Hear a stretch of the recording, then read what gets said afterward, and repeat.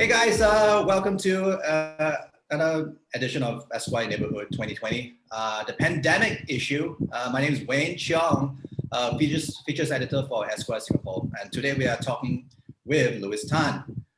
Louis Tan, as you might know him from Wu Assassins, Into the Badlands, and also his commendable performance in Deadpool 2.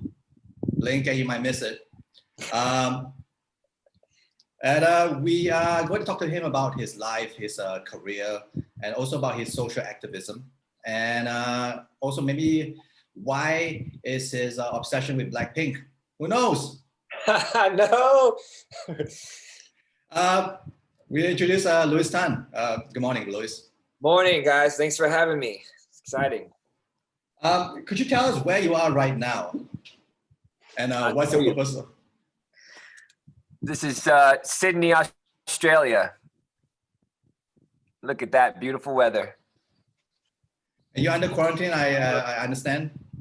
How many more days to go? No. So I've finished with my quarantine. I did a very thorough 2-week quarantine. And I just finished 3 days ago and started filming yesterday. So yeah, right back at it. And do you make friends during your 2 weeks of quarantine? Yeah, I made friends with the guard outside my door. No, there was no one, man. It was a very, very strict quarantine rules they have here in Sydney. And it's once you're inside the room, you can't come out the room. There's a guard 24 hours a day. You get sent 3 meals, and that's it. So I didn't speak to anyone in person for 2 weeks. It was a bit strange. You were talking about in an interview about Iron Fist, and you mentioned something about, well, it would be interesting to actually have Danny Rand to be Asian or mixed at least, because it somewhat highlights a similar predicament in your life, because it reflects somewhat in your life being of a mixed kid in a world that doesn't really quite know where you fit in. I'm not going to talk about Iron Fist, but I would like to talk about your upbringing. As someone who was raised with mixed parentage, when do you actually realize that the world wasn't conveniently available to you? That's a really good question. Yeah, man.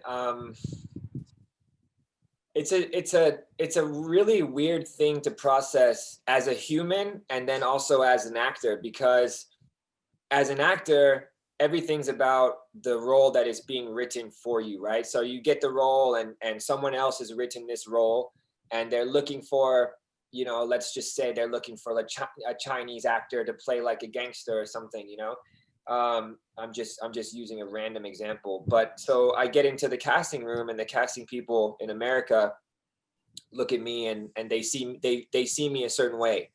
And I have Chinese blood, but I'm also English and I'm also part Singaporean.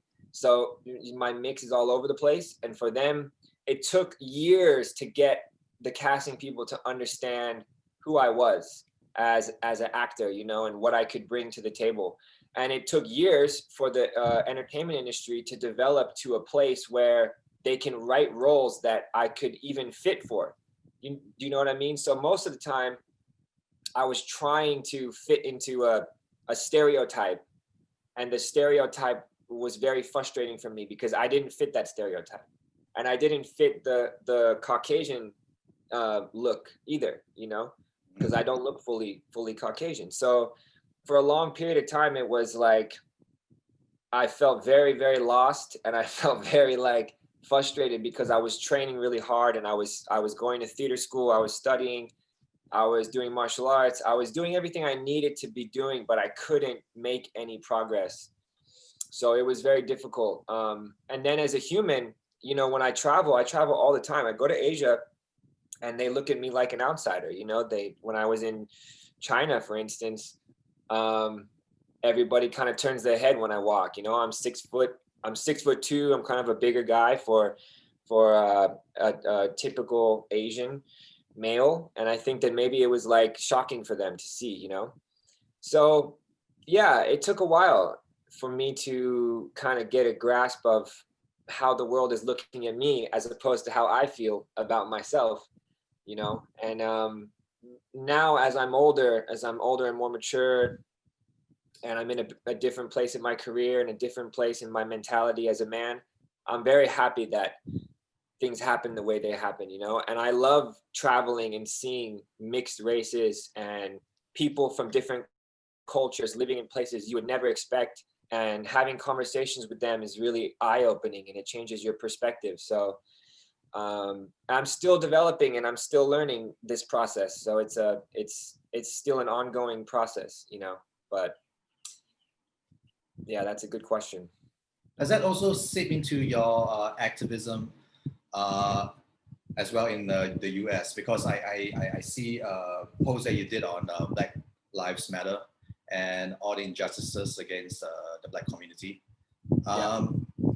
It seems to be that the newer generation of actors are also being more active in social causes and whatnot.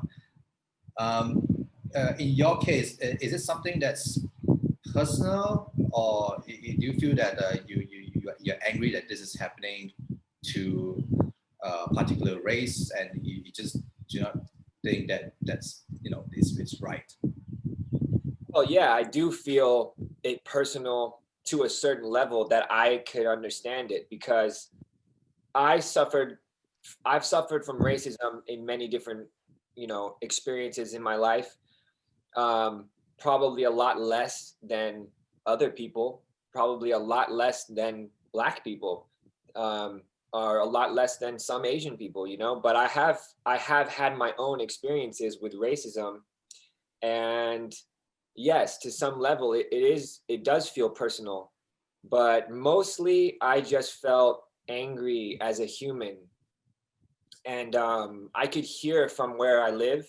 I live near Beverly Hills, and I could hear from where I live, I could hear the protests, and I could hear people you know, chanting and shouting and marching the streets.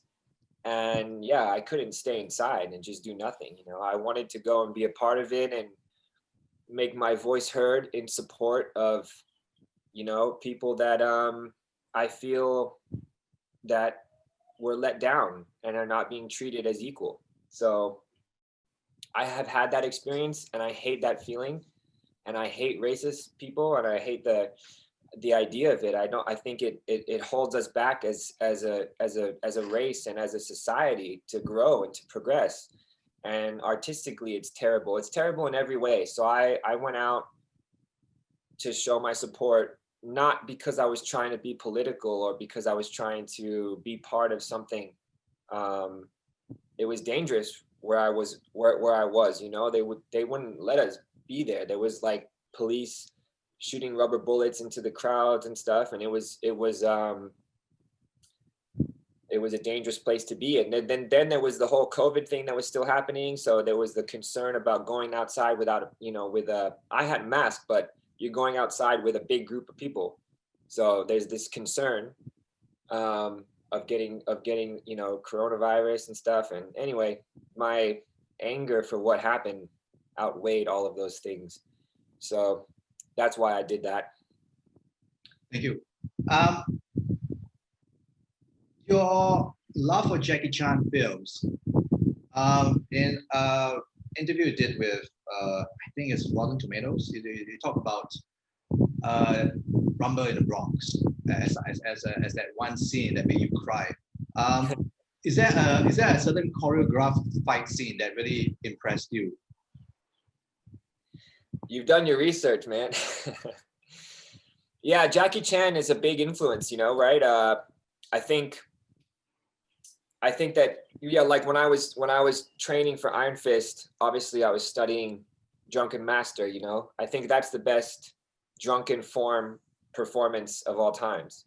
So I was studying that to see kind of the standard, the highest bar, and see where, you know, not that I would ever be able to achieve that bar, but how I could make my own mark and make my performance an homage, and also, you know, something that's new and different for me. So Yeah, I mean, I've been studying Jackie Chan films my whole life. I think they're genius. I love that he's influenced by Buster Keaton, and I love that feeling of choreography with the things that are in the room, and you know, the way that he's so creative, and I know how hard it is to do your own fight scenes and your own stunts, and what the toll that it takes on your body every day. People think they don't understand how long it takes to shoot these scenes. You know, you do it every day, you really are a different level of sore. You're a different level of exhaustion, a different level. It's something I can't explain until you go through it. So I have so much respect for Jackie, and me and my father grew up watching his films. You know, Project A, Police Story, all these movies, man. They're legendary. So, but to answer your question, like as far as choreography is concerned, I mean, he's one of the greatest of all times. You know, I think that he and Yun Wu Ping, another choreographer who I really love, who, if people don't know, he did Crouching Tiger, Hidden Dragon, Kill Bill, Matrix. He's a legendary influence on choreography, and I was honored to work with Master Didi on Into the Badlands, who is like the protege of Yun Wu Ping, and worked on all the, you know, Kill Bill and Matrix as well. So I got to kind of be a part of what I thought, you know, or what I believe is martial art legacy, martial art history. So I've been very fortunate enough to work with some of those legends, and they did not live their name down. I mean, they're truly living legends, and it was an honor to work with them and learn from them, you know. With this kind of choreographed scenes, there's bound to be an accident or two. Did anything occur to you on set or off set, or what are the pitfalls of being an action star? Yeah, there's accidents. Like for instance, when we were working on Into the Badlands, you know, the swords that we use are quite heavy, and they're basically, some of them are real steel, and we use those for certain shots, certain angles, because you're going to see the material up close. And then some of them are steel on the inside, and the outside is like a thick rubber silicone. So it sounds like it's not fun when it hits you, and also it's quite sharp. So if you're swinging the swords at full speed, what most of the time what happens is another actor, or it's usually an actor, another actor will hit the knuckle of your hand with the sword. So a lot of times you'll get hit on the finger, on the knuckle, or here, and that really hurts. That happened quite a bit, quite often on set. I won't name any names, but that happened quite a bit. And yeah, I mean, those are just like small level injuries that you're gonna deal with every day. But there's the risks. It depends what you're doing. It depends what kind of stunt you're doing, and I always evaluate the stunt as to how dangerous is this? You know, do I have the capability to do this? And how important is it for the audience to see me do this? When it comes to fights, they have to see me do it, because the fighting is part of my story and my character emotional arc. It's part of his journey. You have to see me fighting, because that's like you watching a dance movie and I'm not dancing. You know, that's like I have to tell that story with my body. So all my fights are me, 100%. When it comes to my stunts, I evaluate, do I have the ability to do this? And is it going to be worth it for me to do this?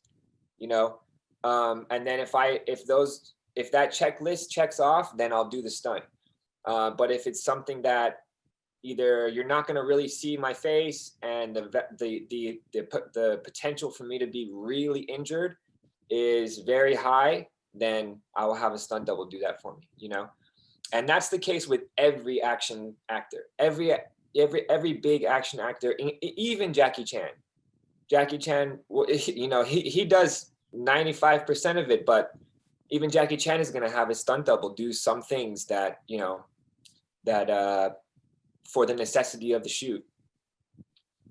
You know who might disagree with that? Who? Tom Cruise. Well, look. That's everything. Well, look. Tom Cruise. Tom Cruise is one of my heroes, man. He's a legend and a huge inspiration to me. I don't think that he's the best with martial arts, but I think he's a genius filmmaker, artist, actor, and the stuff that he could do, I would never be able to do. I mean, this man flies helicopters by himself, and he's doing these high altitude jumps, and he's, you know, riding his motorbike through oncoming traffic. This is the type of thing that, you know, there's only one Tom Cruise, and that's just that, man. But I'm inspired by him and his work ethic and his focus. I think he's fantastic. But if you want to do a one-on-one fight, I don't know. I think I could take it. It seems that you also have a theater background. And do you remember your first theater show that you did? Yeah. And let's go there. I'm sure my mother has pictures of this somewhere, but I did a lot of plays in school, all throughout school, through you know, middle school to high school. And then I don't remember my first play. My first play might have been in like a church or something when I was. Were you angel or shepherd or? Yeah. But I think that you know, like once I became more dedicated as an actor, my father was like, you need to go to theater school, you need to do plays, and this is how you learn, you know, to really act. I mean, my father worked with some of the greatest actors of all times, you know, Sidney Poitier, Peter Sellers. My father was surrounded by them. So Omar Sharif, he used to go to his house in France all the time, and when I was a baby. So yeah, like it instilled in me the value of learning from theater, because that's the roots of all of this art form, you know? So yeah, in LA at the John Kirby Studios, I've done a lot of plays. I did Tennessee Williams, Orpheus Descending, with Chrissy Metz. You know Chrissy Metz from This Is Us? Yes. So, okay. We did that play together. And that was a fantastic experience. And now Chrissy, that was before she did This Is Us, and now she's gone on to do great things, and I'm sure will continue to have a big career. But yeah, anything from, you know, John Patrick Shanley. I did a Missing and Kissing, and I did The Big Funk, and yeah, Orpheus Descending, Tennessee Williams. And then I did a more modern play by Keith Huff called what was it called? A Steady Rain. Is that are there elements of theater that occurs in your fight scenes, or does the fight scenes also seep into the theater feel? I mean, are there overlaps or is it just a separate discipline altogether? Well, there is a lot of overlap in the sense that when you're performing in theater, you can't, you know, you're physically performing and you can't stop. There's no like, hey, let me try that over again. Let me stop and let's do another take, or, you know, how many takes am I going to get to get this scene right? You know, we have all day. Okay, well, I should be good. And you have that confidence of like, the editor will fix it, or, you know, eventually I'll get there.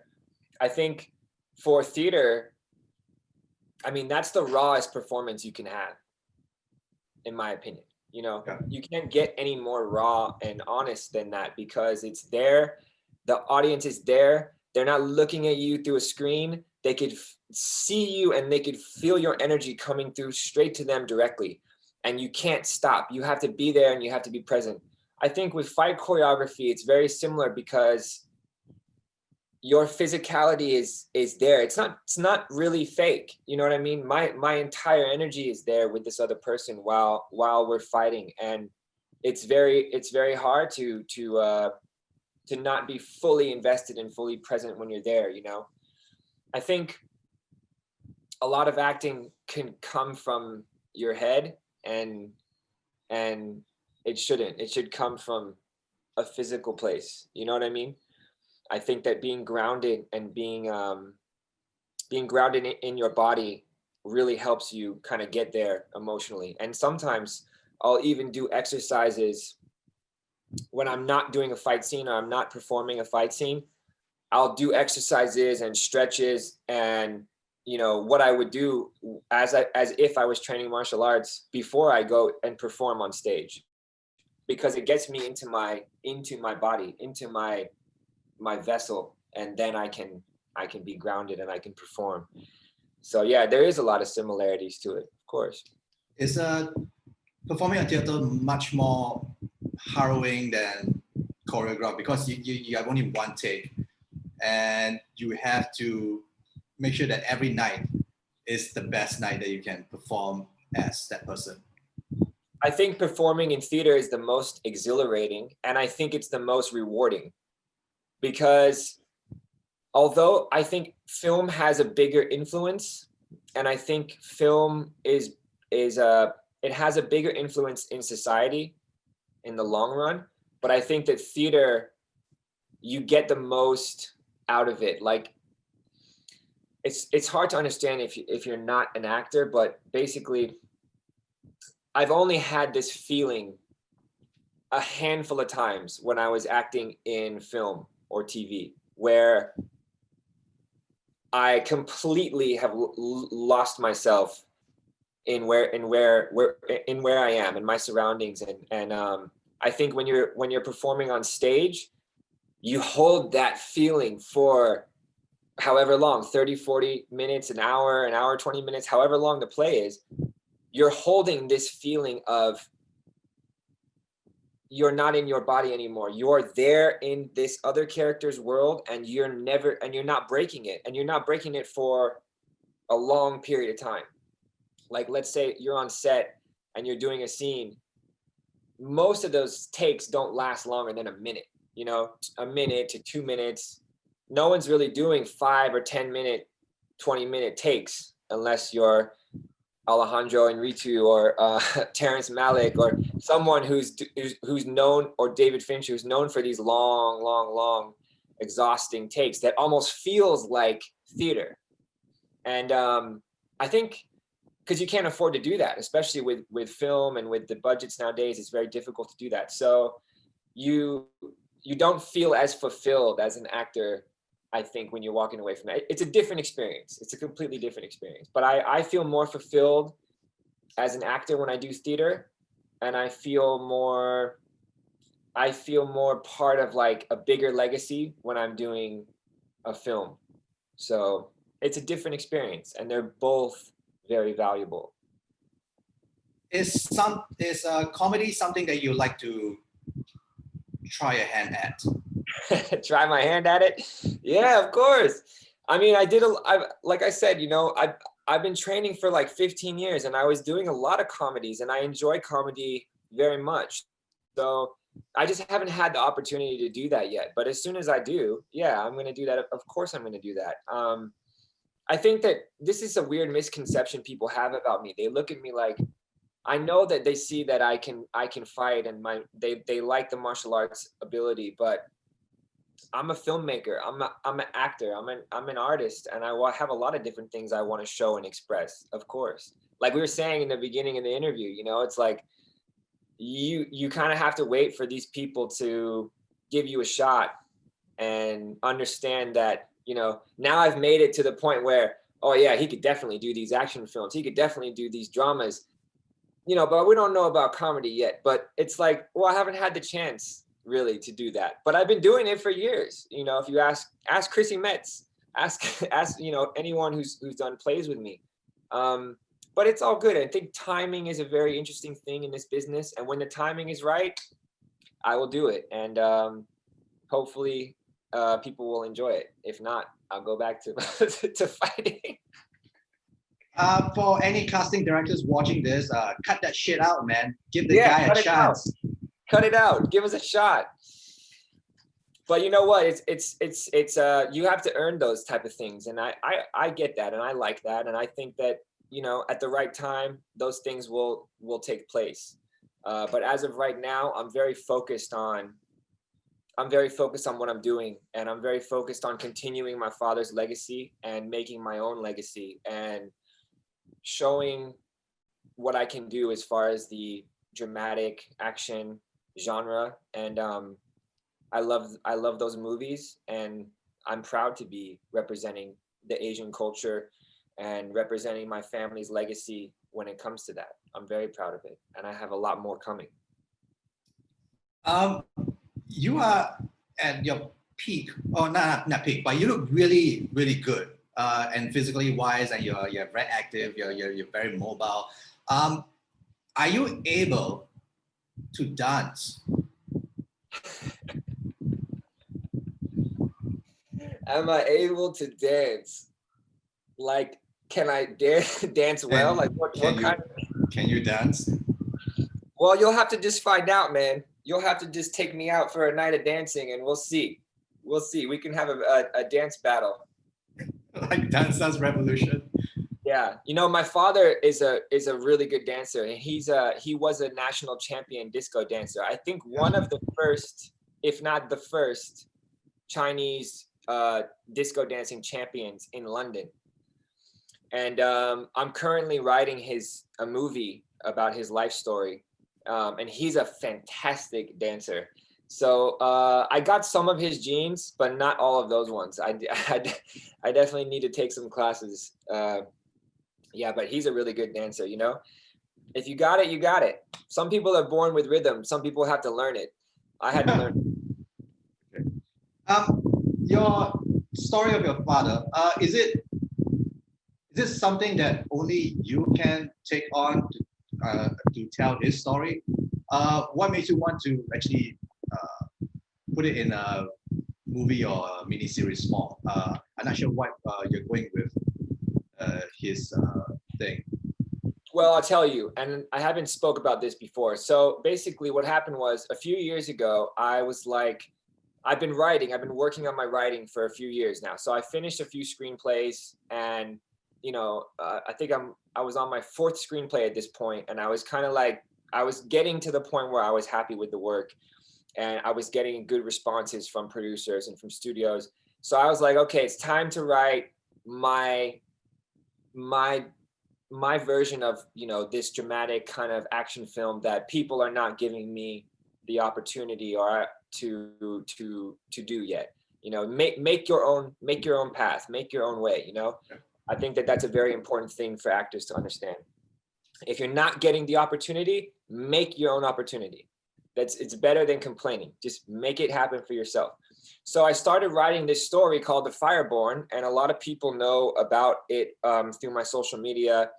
And I had a producer involved, a famous producer who's done a lot of like Oscar-winning projects. He was helping me develop this, and I was sitting. I shot a teaser. I finished the script. I shot a teaser. We were shopping it around town, and I was sitting inside a isolation tank. Do you know what these isolation tanks are? Yes. So REST, REST. Yeah. So yeah, exactly. So I'm sitting in one of these. If people don't know, it's like a tank. It looks like one of those things when you die and they pull you on you go inside of it. The gurney of a coroner's office. Yeah, it's like a hole in the wall, and it's dark, and it's the point of it is to all your senses go away, and it's just for meditation purposes, you know. So I'm inside this sensory deprivation tank, and all of a sudden I had this vision of like, stop what you're doing, stop writing this film, and stop trying to develop this film, and stop putting energy into it, and write your father's story. And I was like, I don't know why I didn't think of this before, but maybe because subconsciously I wasn't ready for it. Again, the timing, and but it happened, and I had this revelation. It wasn't a thought. It was like, stop everything and go this way. And so I got out of the tank and I started immediately writing his story. And I think a year ago I started, and I finished this year during the pandemic. And yeah, it's a story about his childhood growing up in Singapore. And he had a very abusive, traumatic childhood. When he was in Singapore, he was left there by my grandfather when he was a child. So he was basically abandoned on the street. And he, through to make a long story short, I won't give too much away, but he ended up arriving in London in his later years and studying martial arts and winning the national title in England, and then winning the national disco dancing title. But I was like, I have to write this story because it's a beautiful story about overcoming and overcoming racism and overcoming life's hardships and accomplishing things that no one said that you could ever do. And I was like, that's the film that I want to write, and that's the film that I'm going to be proud of to make. So I've been putting all my energy into that, and I'm very happy with the results so far. What were your father's initial reaction to you? He said, wanting to "Why?" My father said this exactly. He said, "Why are you making a story about me?" He's like, "It's not a good story." And I was like, "Dad, it is.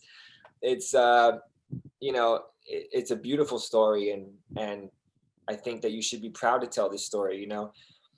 My father's pretty private when it comes to that type of thing, so it took me a while to like get those stories out from him, and I had to explain to him why I want to tell this story and why it needs to be told now, and it's a perfect time to tell it now. When the landscape for Asian American movies or even Asian movies is so like limited in the sense of like, where are the original storytellers? Like, where are the Moonlight of Asian American, like where are those original nuanced stories? And it's very hard to find them. And although we have some success and we're having bigger ones now, I'm leading a huge Warner Brothers film now, and there's other ones that came out and that I'm proud of and that made some progress, but we don't have those nuanced performances yet, those nuanced original films. And I think that is what we need, and that's what we should be looking to do, instead of like remaking things or like sprinkling Asian actors into bigger stories just for like to check off a demographic. So like I said, if it's not happening, I'm gonna make it happen myself, and that's it. Man. Why Blackpink?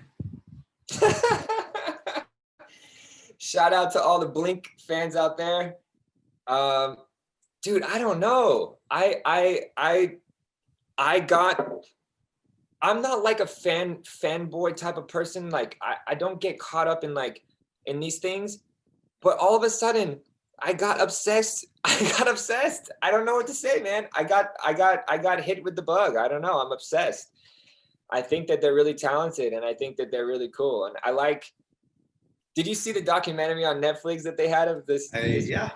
So, Yeah.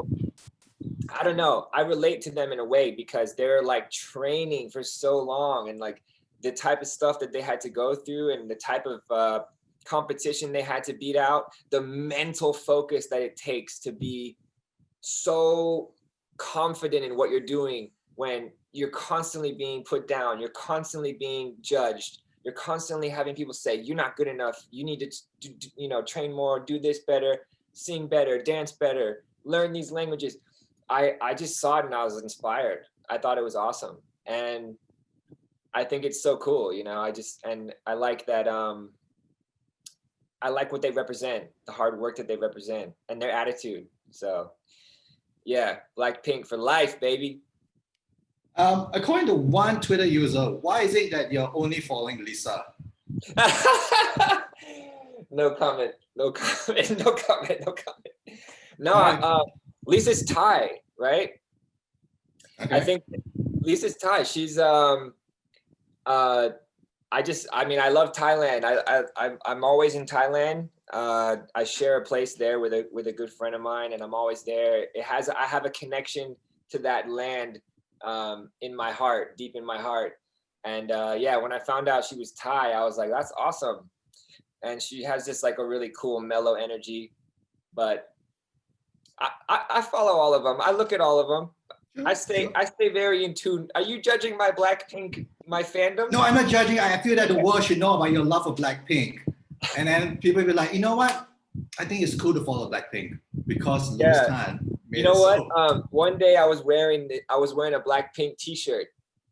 I was filming Wu Assassins, and these two girls came up to me, and they were looking at me and like checking. You know, they're just like looking at me, and I noticed them, and then they walked over to me, and I was like, oh, they're gonna ask for an autograph, and they're like, hey, we love Blackpink too. I was like, yeah, cool, and that was it. And then they walked away, no autograph. Now the more important question is, are any of the Blackpink members following you? Or will it be something that you have to check off a bucket list? That would be pretty cool. I haven't checked if they're following me or not. I don't know. I'm sure, you know, if they're watching this interview, guys, let's hang out. I just want to say what's up. You guys can show me some dance moves, so that way it'll help me in my dancing abilities, and I can teach you guys martial arts and how to hurt people. So if any Blackpink members watching this, cut that shit out, man. Give Louis Tan a chance. Follow him. He's a nice guy. Have you? I'm sure you have been to Singapore. Do you remember any stories that your dad told about Singapore, or have you been back here many a times when you were young? Yeah. So my father was born in Singapore. Mm. My grandmother is my grandmother is Singaporean. My grandfather is Chinese. And my father was born in Singapore. I've been to Singapore many times. And yeah, I have my grandma, actually, my great grandma is still there. She's like 102 years old. Damn. She's still kicking ass, and she's you know, the Asians, we don't age very, you know, so we'll look young forever. But yeah, so shout out to my great grandma. But yeah, my family, they used to own some restaurants by Orchard Road way back in the day, in like the 60s. And they moved from Singapore, I believe, during some sort of political transition. They moved to London. And they started a Singapore Gardens in London. So now they own a Singapore restaurant in London. It's actually an award-winning restaurant in Swiss Cottage called Singapore Gardens. And they have the best chicken rice and the best laksa and the best satay ever. It's amazing. So if you're ever in London and you want to go to my family's restaurant, that's where it is. Anyone's watching this and they are in London and they're craving for Singapore food, cut that shit out and go to Singapore Gardens. Give it a shot. Give that a shot. They don't have Singapore noodles. No. Do you guys have Singapore noodles? Singapore noodles? Oh no, they have everything authentic.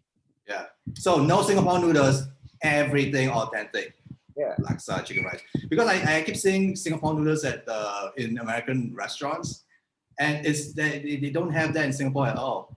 It's like a general soul chicken and all that. That's like when people say, "Hey, do you want a Chinese salad?" That's really okay. It's a Chinese salad. Yeah, no, it's authentic, and every time I go there, the food just makes me want to cry, man. It's like it just brings back these like this nostalgic kind of like warm feelings. Yeah, I miss it. Is there a particular Singaporean dish that you like? Because every Singaporean is going to ask you, what's your favorite dish in Singapore if you're ever in Singapore?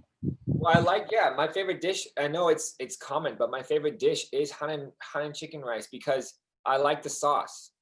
I like the way the sauce is made. And my grandfather used to make it for me. And I used to just take the sauce, I put it on anything. So, you know, like the green chilies, I don't know exactly what is in the sauce because I can't cook very well, but like the green chili sauce, I just take that, I put it on everything. Yeah. I know you're pretty young at the time it happened, but do you have any recollections of your dad working on Batman? Or did he take you to sets, or do you happen to be on set when Batman was filming? I was quite young, but I have some sort of vivid surreal memories about it. Yeah, so my father was, that was the Tim Burton Batman. And my father played one of the Jack Nicholson's goons. And he also choreographed some of the, I think I have a picture of it. It's a pretty incredible, oh yeah, look, I got it right here. This is hilarious.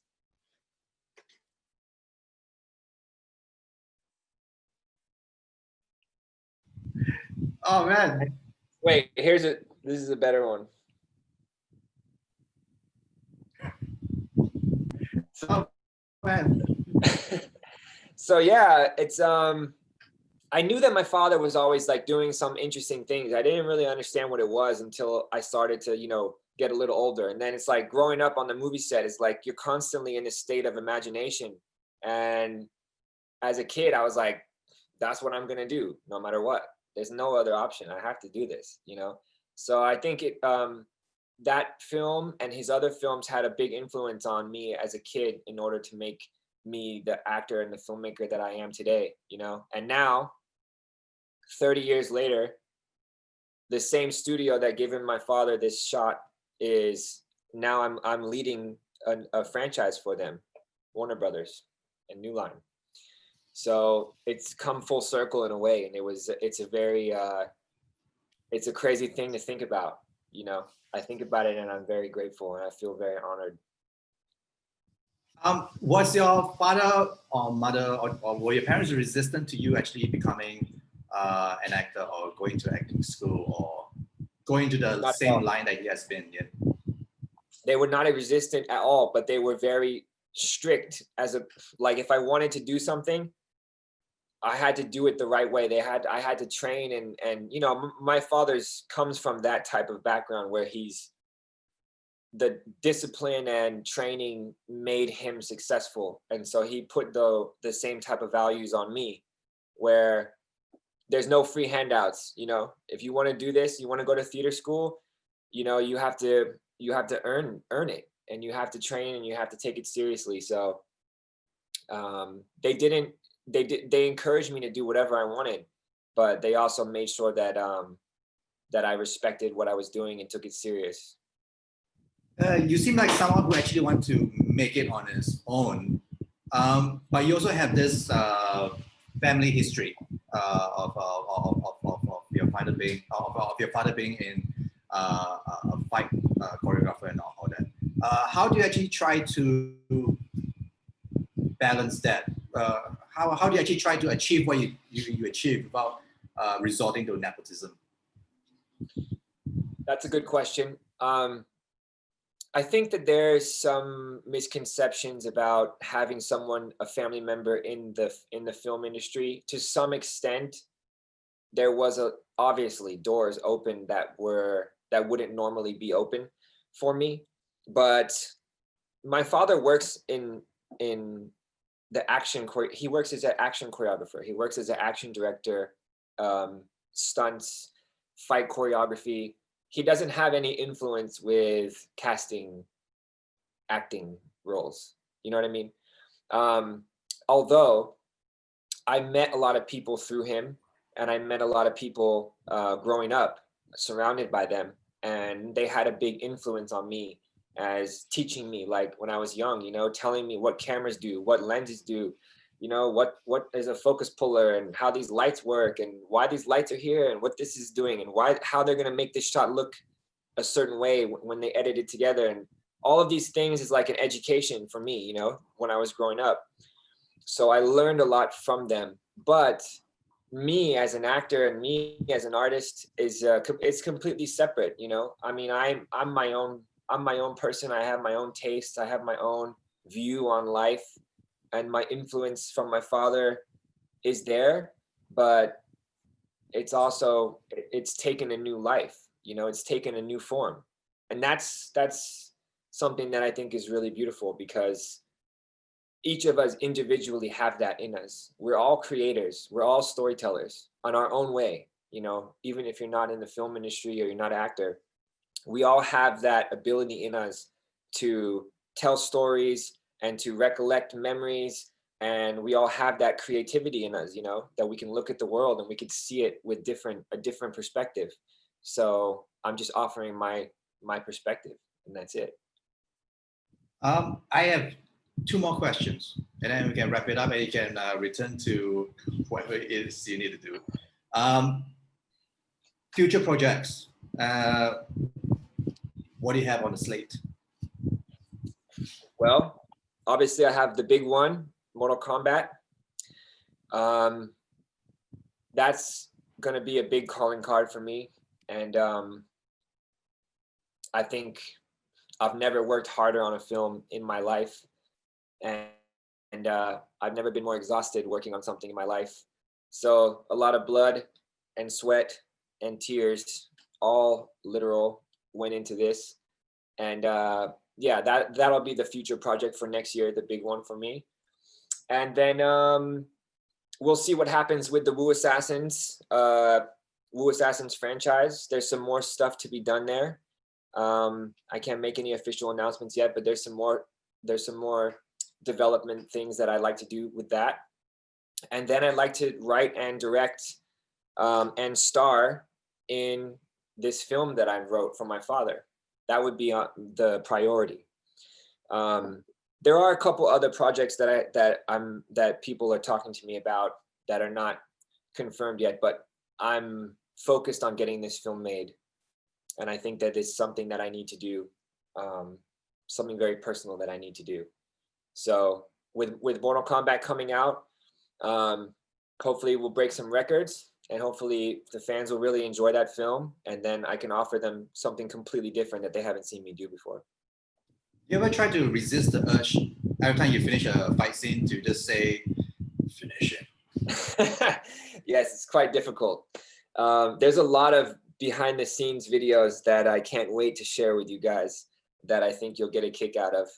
I got to work with some amazing martial artists on that film, and you know, I did Wu Assassins with Iko, and Iko is so incredible, Iko Uwais. And then I got to work with his friend Joe Taslim, who plays Sub-Zero, and he's an incredible martial artist as well, and Hiroyuki Sanada, and just like the cast is so diverse and so talented. Yeah, I'm really proud of the work that we got to do there, and I'm just, every time I do a new project, I get to work with these guys who I'm a fan of, you know. So it's been inspiring, and I feel very grateful for it. And could you talk to us about your handle, Make Love? Yeah, everyone's always like, what is this? So Make Love Inc. is a production company I started a long time ago when I was doing short films, when I was directing music videos, and I was even doing creative directing on like fashion shoots and stuff. This is when I was much younger. When I was a teenager into my like early 20s, I was like, I still love photography, but I was directing kind of like art directing photo shoots. I was shooting short films, music videos. I think your mic is off. And then yeah, I started this production company, Make Love Incorporate, and the idea behind it is the art form.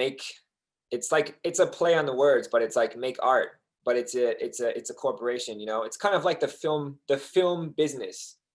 It's two kind of juxtaposition concepts. You know, you have the artistic thing over here, and then you have the business side over here. So Make Love Inc., that was my company for many years, and yeah, I plan on continuing that. So it's not what you think it is. Get your mind out the gutter. For those of you watching this and your mind is in the gutter, stop that shit. Stop that It's shit. not what you think. It's not what you think it is. I'd like to thank Louis Stunt for his making time out to actually talk to us, and wish him every bit of success that he has worked so hard for, and he will get it, especially for Mortal Kombat. Can't wait to see what role that you are rumored to play. And also, if you're watching this, and there's also other great talks by Esquire Talks that you can sign up for. And other than that, we wish you the best of luck, and thank you for talking to us once more. I appreciate it, Wayne. It was a pleasure and a really great interview. And when I'm in Singapore next time, we'll have some chicken rice together and we'll have a dance off. I can do one of those two things. Thank you very much. See you, brother. Take care. Bye.